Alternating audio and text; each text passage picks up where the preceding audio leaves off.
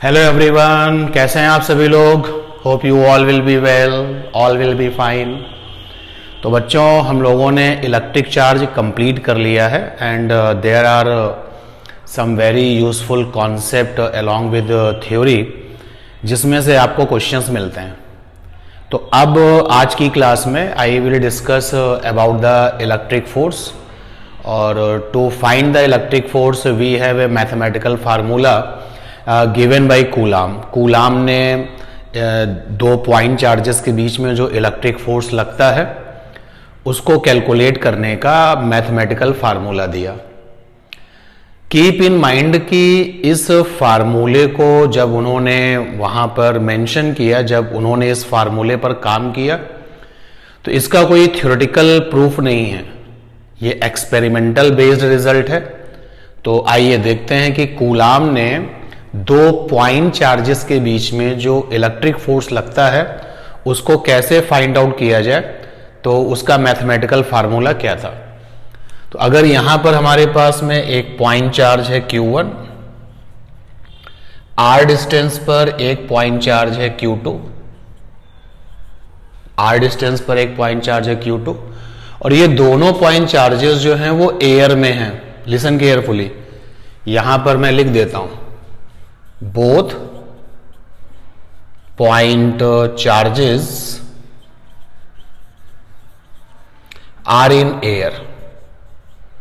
आप एयर लिख सकते हैं और ये भी एज्यूम कर सकते हैं कि अगर वैक्यूम में हो तो भी जो रिजल्ट हम लिखने जा रहे हैं वो वैलिड है। तो अगर दोनों पॉइंट चार्जेस डिस्टेंस r पर हैं और वो एयर में रखे हैं, तो इनके बीच में जो इलेक्ट्रिक फोर्स लगता है उसको कैसे फाइंड आउट किया जाए, क्या फार्मूला था। तो कूलाम ने फार्मूला दिया F is equal to constant product of charges Q1 Q2 upon distance का स्क्वायर। जैसे न्यूटन का ग्रेविटेशन लॉ था, उसका फार्मूला था ना, क्या फार्मूला था, F is equal to constant G था m1 m2 by R square. तो ये फार्मूला कूलाम ने दिया, और ये जो कांस्टेंट है सिंप्लिसिटी के लिए, मतलब हमें फ्यूचर में इस फार्मूले को जब हम यूज करें तो कैलकुलेशन बहुत आसान रहे, कैलकुलेशन के पॉइंट ऑफ व्यू से हम यहां पर इस कांस्टेंट को लिखते हैं 1/4 pi epsilon naught Q1 Q2 by R square. ये जो क्वांटिटी है यहां पर मेंशन करते हैं, ये फिजिकल क्वांटिटी है और इस सिंबल को पढ़ते हैं एप्सिलॉन नॉट। ये फिजिकल क्वांटिटी है और हम इस फिजिकल क्वांटिटी के बारे में पढ़ेंगे जब डाइलेक्ट्रिक मटेरियल्स चैप्टर आप पढ़ेंगे कैपेसिटर के साथ। और ये फिजिकल क्वांटिटी जो एप्सिलॉन नॉट है, इसका नाम क्या है, तो epsilon not it is physical quantity, short में लिख देते हैं PQ for physical quantity, which is called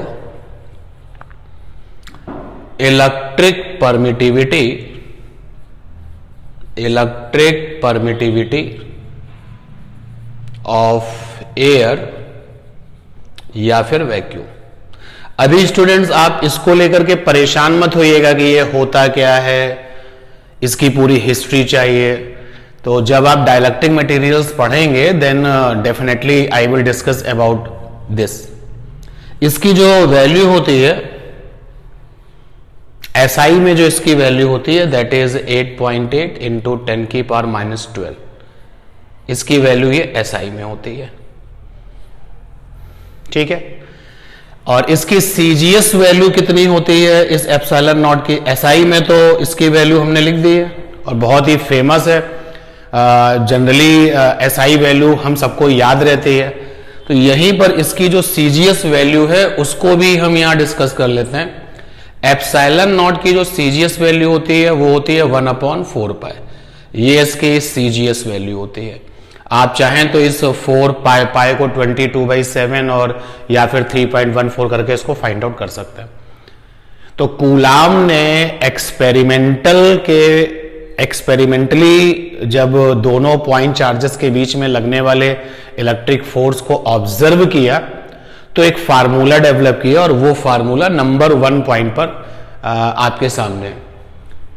और इसकी ये जो पूरा कांस्टेंट है 1/4πε0, इस कंप्लीट कांस्टेंट की वैल्यू होती है 9 × 10⁹, और ये वैल्यू SI में होती है, और इसकी CGS वैल्यू होती है 1। CGS वैल्यू इसकी 1 होती है। ठीक है, तो आई होप आपने इलेक्ट्रिक फोर्स को लेकर के कूलाम्स का जो मैथमेटिकल फार्मूला है इसको समझ लिया होगा। अच्छा, इसी फार्मूले से अगर आपको, वैसे तो कूलाम्स लॉ का कोई थ्योरेटिकल प्रूफ नहीं है क्योंकि पूरा का पूरा जो रिजल्ट है वो एक्सपेरिमेंटल बेस है, फिर भी यहां से आप थ्योरी के कुछ पॉइंट्स निकाल सकते हैं। जैसे यू कैन सी की जो इलेक्ट्रिक फोर्स है पॉइंट चार्जेस के बीच में वो प्रोपोर्शनल है प्रोडक्ट ऑफ चार्जेस के।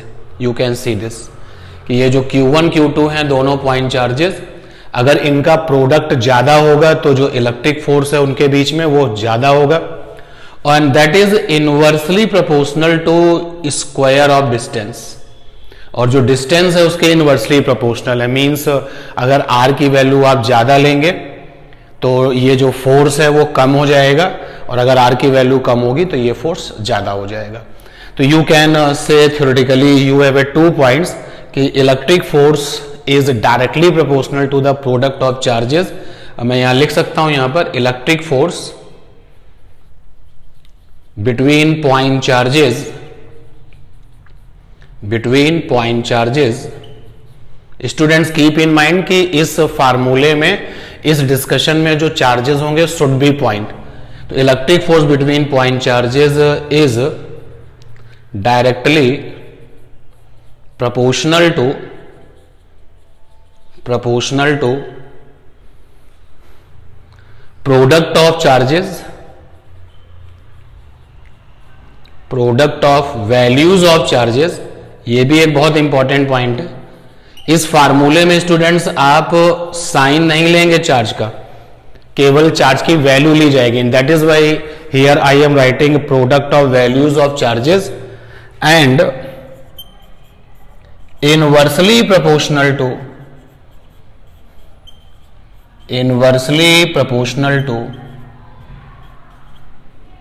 square of distance। तो अगर आपसे कूलाम्स लॉ एग्जाम में पूछा जाता है तो आप इतना डिस्कशन कर सकते हैं और रिजल्ट को, आंसर को कंप्लीट कर सकते हैं। तो आई होप आपने कूलाम्स लॉ समझ लिया होगा। तो ये आप देख सकते हैं कि कूलाम्स लॉ में पॉइंट चार्जेस हैं, यानी कि जब हम कूलाम्स लॉ की बात करेंगे तो always we have a point charge. तो ओके, थैंक यू एवरीवन।